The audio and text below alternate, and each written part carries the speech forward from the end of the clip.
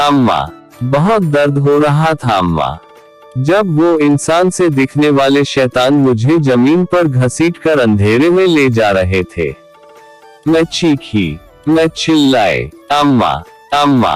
तभी पर लगा जैसे मेरी आवाज मेरे हलक में ही अटक गई हो। जैसे कोई शैतानी हाथ मेरी चीख को रोक रहे हो। अम्मा, वो अंधेरा, तू जानती ही तो है मुझे कितना डर लगता है उन अंधेरे से। वही अंधेरे में धीरे धीरे कोई हाथ मुझे छू रहे थे। मेरे जिस्म के उन आजाओं को वो टटोल रहे थे। वही आजा जो अभी तक विकसित भी नहीं हुए। ना जाने अम्मा वो क्या ढूंढ रहे थे। कोई शख्स था जो नोच रहा था मुझे, जैसे कोई दरिंदा ताजा गोश्त को नोचता है। जब मैंने उसे रोकना चाहा, उसने मेरे गाल पर जोर से एक तमाचा लगाया। मेरा जहन सुन्न हो गया। मेरे नाक और मुंह से खून बहा। ये देख वो दरिंदा खूब हंसा। मैंने जब उसे थोड़े गुस्से से देखा, तब उसने मेरे बाल पकड़कर मुझे जोर से खींचा। अम्मा, सहम गई थी मैं, डर गई थी मैं। धीरे धीरे आंखें मेरी भारी होने लगी। लगा अम्मा जैसे मुझे नींद आने लगी।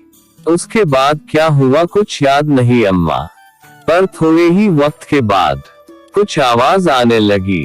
जोर जोर से कोई हंस रहा था, जैसे अपनी जीत का कोई जश्न मना रहा था। अम्मा, वही शोर से मेरी आंखें खुल गई। तभी मैंने एक दर्दनाक मंजर देखा। अपने ही जिस्म को मैंने बेलिबास देखा। अंधेरा था अम्मा, मैं और कुछ देख न पाए।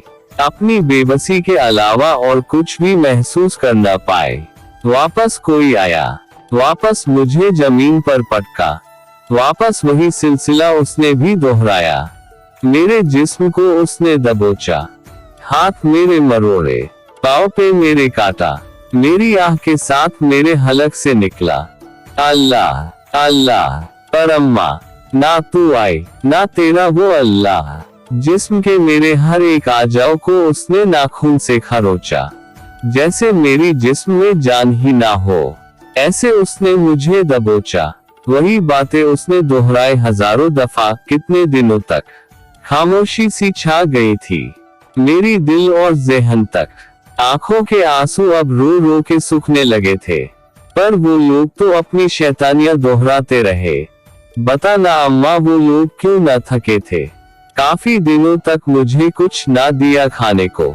मैं वही दीवार को तकती रही उन अंधेरों को। वो बेलिबास खुद को देख बहुत बेबस महसूस हुआ अम्मा। रूह क्यों नहीं कांपा उन दरिंदों का अम्मा। पर अम्मा, आखिर में वो दिन आया। मेरा जिस्म अब उनको और ना भाया। मेरा गला दबोचकर उसने आखिर मुझे मार डाला। महज 8 साल की थी मैं अम्मा। रहम क्यों नहीं आया उससे। मुझ पे तरस क्यों ना आए। क्यों मुझ पे हैवानियत गुजरते वक्त उसे अपनी माँ, बहन या अपनी बच्ची की याद ना आए। अम्मा, कहानियां सुनने की उम्र थी मेरी, आज खुद कहानी बनकर रह गई। खिलौने से खेलने की उम्र थी मेरी, मैं खुद खिलौना बनकर रह गई। कह दे अम्मा तेरे अल्लाह को कि उनकी इस पाक नगरी में ऐसे हैवान न बनाए।